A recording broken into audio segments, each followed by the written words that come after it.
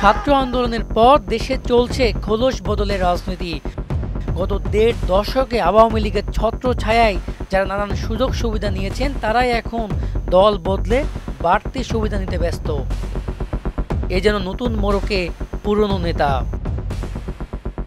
গত ৫ মাসের রাজনৈতিক প্রেক্ষাপটে ঘটেছে আমূল পরিবর্তন। দলের নীতি আদর্শ বিসর্জন দিয়ে দলে দলে দল পাল্টাচ্ছেন মানুষ। নৌকা ছেড়ে ধানের খেতে হাজারে হাজার।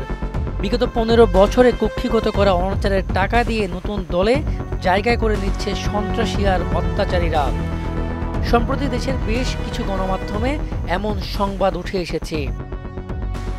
গত বছরের ১৯ নভেম্বর দৈনিক ইত্তেফাকে প্রকাশিত এক সংবাদে জানানো হয়, গা বাঁচাতে অনেকেই আওয়ামী লীগ থেকে বিএনপিতে যোগ দিচ্ছেন। আবার কেউ কেউ হুজুর সেজে জামাতেও ঢুকে পড়েছেন। তাদের মধ্যে একজন উত্তরায় আওয়ামী লীগ নেতা হাবিবুর রহমান।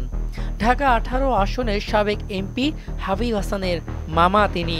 বৈষম্য বিরোধী ছাত্র আন্দোলনের বিরুদ্ধে অর্থদাতা হিসেবে বেশ সক্রিয় ছিলেন আওয়ামী এই কর্মী।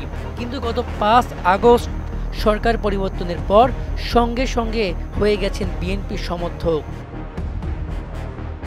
৫ আগস্টের পর এমন হাবিবের অভাব নেই। এখানেই থেমে নেই নৌকার পাল ছেড়ে ধান খেতে যাওয়ার মিছিল।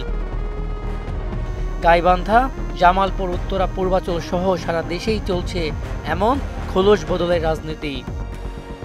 আওয়ামী লীগ, যুবলীগ, কৃষক লীগ, নিষিদ্ধ ঘোষিত ছাত্রলীগের নেতাকর্মীরা খোলস পাল্টে এখন কেউ বৈষম্য বিরোধী ছাত্রদের দলে, কেউ বিএনপিতে, কেউ জামাত শিবিরে যোগ দিচ্ছেন।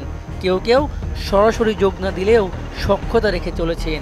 আস্থা অর্জনের জন্য আওয়ামী লীগ নেতাকর্মীদের বাড়ি ঘরে হামলা করেছেন অনেকেই। এদিকে সংসদ নির্বাচনের রোডম্যাপ ঘোষণা হওয়ার সঙ্গে সঙ্গে আওয়ামী লীগের অনেকেই খোলস পাল্টে বিএনপি জামাতে যোগদান করার প্রস্তুতি নিচ্ছে।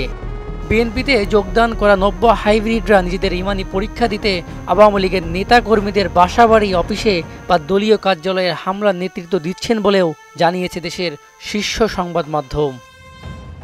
অবশ্য এর প্রসঙ্গে বিএনপি বারবারই তাদের কঠোর অবস্থানের কথা জানিয়ে আসছে। তৃণমূলেও সেই মেসেজ পৌঁছানো হয়েছে বলেও জানায় দলটি। তবে তার বাস্তবায়ন নিয়েও সংশয়ে আছেন ত্যাগী নেতাকর্মীরা। মিসবাহ রহমান, মোহনা ডিজিটাল।